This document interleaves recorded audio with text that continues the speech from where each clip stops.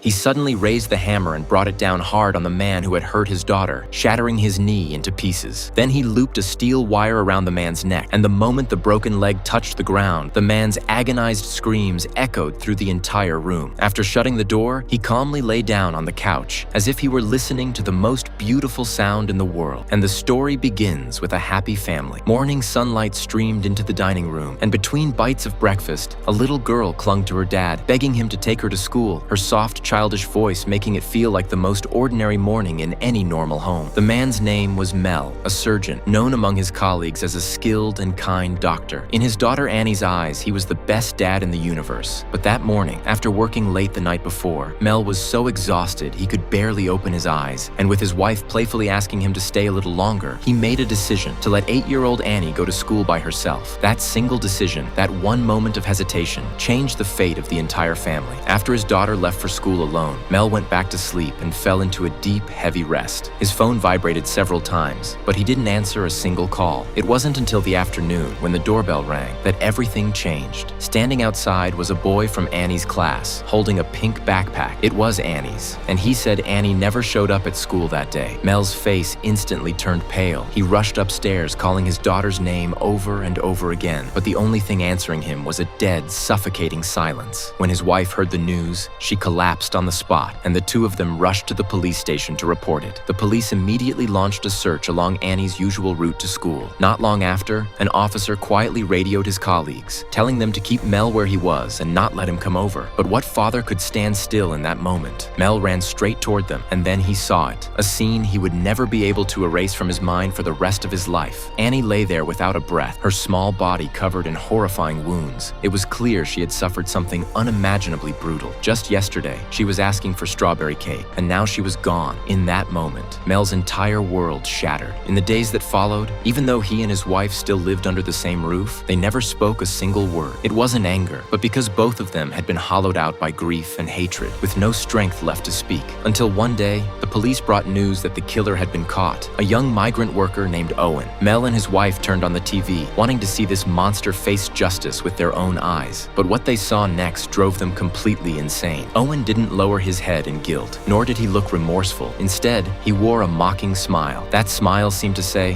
"What can you do to me?" Because he knew very well that there was no death penalty in Canada. According to the law, the most he would get was 15 years. And after serving his sentence, he could walk free, eat, drink, and start his life all over again. At that moment, Mel's hands clenched into fists, his nails digging into his palms, the pain in his chest almost suffocating him. To him, the law's answer was nothing but a cruel joke, a child tortured to death, and all it brought was a mere 15-year sentence. Was this really what they called justice? From that day on, Mel began planning something calm, calculated, and completely destructive to the life he once had. He told his wife he was going back to work at the hospital. Then he drove to an abandoned house on the outskirts of the city. He spent time turning it into a private treatment room, and as a surgeon, his understanding of the human body far exceeded that of ordinary people. He knew exactly what kind of pain could make someone wish for death, and what kind of methods could keep a person hovering at the edge of death without ever actually dying. Then he found the driver responsible for transporting Owen and gave him $20,000 up front. There was only one condition: to cooperate with him during the transfer, and he would be paid another $70,000 7 days later. Mel also rented another place in the city as a base during the operation, and once everything was ready, he went back home. Early the next morning, he stood at the bedroom door and looked deeply at his still sleeping wife. It was a farewell look, because he knew that once he stepped out that door, there would be no turning back. The gentle doctor who once saved lives was gone from that moment on, replaced by a man controlled entirely by hatred. When the transport vehicle reached a remote stretch of road as planned, the driver Mel had bribed suddenly fell ill and collapsed over the steering wheel, and Mel, who had been waiting nearby, immediately stepped forward and identified himself as a doctor. He helped move the driver to the roadside, then used the excuse of grabbing medical supplies to get into the transport vehicle. He quickly started the engine and drove off with Owen toward the abandoned house in the outskirts. Once they arrived, Mel used a drugged cloth to knock Owen unconscious. Then he stripped him completely and tied him to the table he had prepared in advance. When Owen woke up, the first thing he saw was Mel's eyes. There was no anger, no grief, only a chilling calm that sent a shiver down his spine. But Owen had already figured out who he was, and in that moment, the smug smile on his face completely disappeared, replaced by a deep fear that seemed to seep out from his bones. Owen began screaming and trying to argue his innocence, but Mel ignored him and simply simply said, "My daughter suffered for 7 hours, so you'll pay it back in 7 days." Then he picked up a heavy hammer and smashed it down onto Owen's knee. Owen's screams instantly echoed through the room, while Mel's expression remained as calm as if he were performing a routine surgery without the slightest ripple. After crushing the man's knee, he used a steel wire to hang Owen from a beam. His body was suspended, yet his feet could still touch the ground, constantly pressing against the shattered knee, making every second pure torture. The next day, Mel woke Owen up in a very particular way. Yes, exactly the one you're thinking of, and then stepped directly onto his injured knee.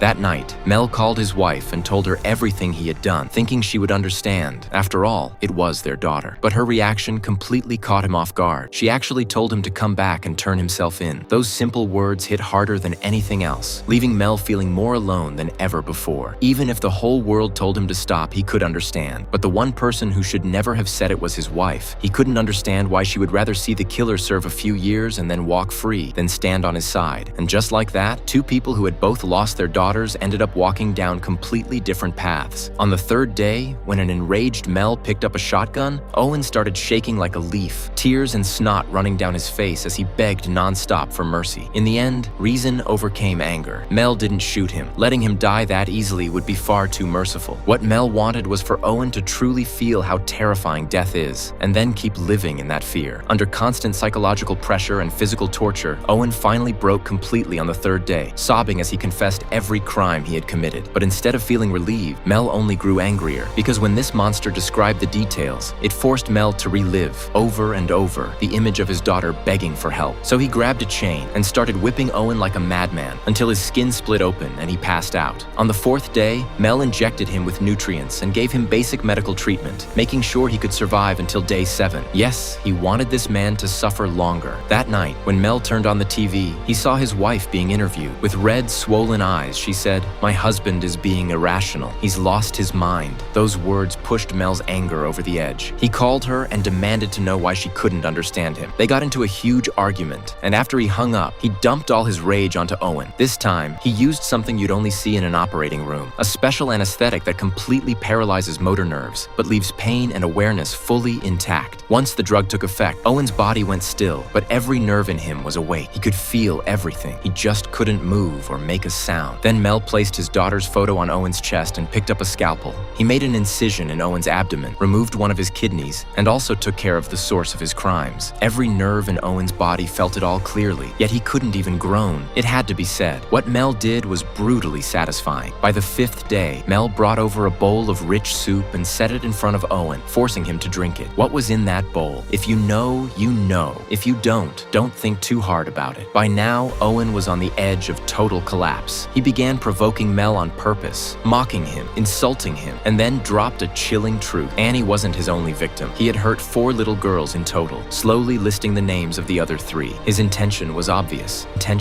He wanted to push Mel into shooting him, to end it all quickly and escape the endless torture. Furious, Mel grabbed him by the throat and squeezed tighter and tighter. Only when Owen was on the verge of suffocating did he finally let go. But those 3 names were now burned into Mel's mind. He deliberately drove over 20 kilometers to a rental apartment and used the phone there to contact the media. He revealed the names and details of the other victims, refusing to let those crimes stay buried. Soon, the 6th day arrived. TV stations quickly aired interviews with the other victims' families. Most of the parents had surprisingly similar reactions. They supported Mel. Some even spoke directly to the camera, telling him to keep going and not hold back. But one single mother said something Mel simply couldn't accept. She said revenge has no meaning. The child is gone, and the living have to learn to let go. It had been 4 years. To her, the killer no longer existed. As Mel watched, the more he listened, the angrier he became. He believed this woman was making excuses for the murderer. That very night, he snuck into her house and knocked her unconscious with a sedative. Then he drove her back to the old house. When she woke up, Mel dragged her into the room where Owen was being held and shouted, "Didn't you say the killer doesn't exist? Then who is this monster right in front of you? Don't you want to end him yourself?" But the woman froze, trembling as she stared at everything. She never made a move. Instead, Instead, she told Mel that what he was doing was no different from the killer. She had already let go of that hatred, but Mel had reignited it, destroying the peaceful life she had rebuilt. Those words pierced Mel like a thorn. He didn't hurt her. In the end, he dumped her at a nearby landfill and left her to find her own way out. That night, sitting alone in the old house, Mel truly reflected for the first time on everything he had done over these days. He had told himself it was for his daughter, for justice, for fairness. But now he realized, even though he had punished the killer, the hatred inside him hadn't lessened at all. Soon, the 7th day arrived. It was also Annie's 9th birthday. Mel suddenly woke up from a nightmare. He saw Annie standing in front of him. Her small wrists were still wrapped in cloth, her body covered in wounds. He stepped forward, gently took her hand, and led her to the bathroom, trying to wipe the blood from her wrists. But no matter how hard he tried, it wouldn't come clean. The blood kept seeping out, kept flowing. He jolted awake, realizing it had all been a hallucination. His daughter was gone forever. Hatred and grief had taken over his entire being. No matter what he did to Owen over these 7 days, it wouldn't erase even a second of her suffering, nor bring her back for even 1 minute. The so-called justice was nothing more than an excuse to get him through those 7 days. Meanwhile, the woman he had abandoned at the landfill had already found the police. She told them the location of the old house, and soon patrol cars surrounded the entire place. Mel then unlocked Owen's chains and picked up the shotgun. Everyone thought this was the end, the father finally finishing his revenge. But in the next second, Mel turned the gun on himself. He wanted to end it all, to go find Annie in another world. Then he thought of his wife, still trapped in grief. In the end, he didn't pull the trigger. He didn't kill Owen, and he didn't kill himself. He walked outside, raised his hands, and surrendered to the police. The first time you see this ending, it might feel frustrating, like he chickened out. But if you really think about it afterward, you'll realize this is exactly what the movie was trying to say. The moment Mel put down the gun wasn't weakness, it was clarity. He didn't believe revenge was the answer, because these 7 days hadn't brought anything back. The pain had only grown deeper. But even so, he didn't regret what he had done. Regret what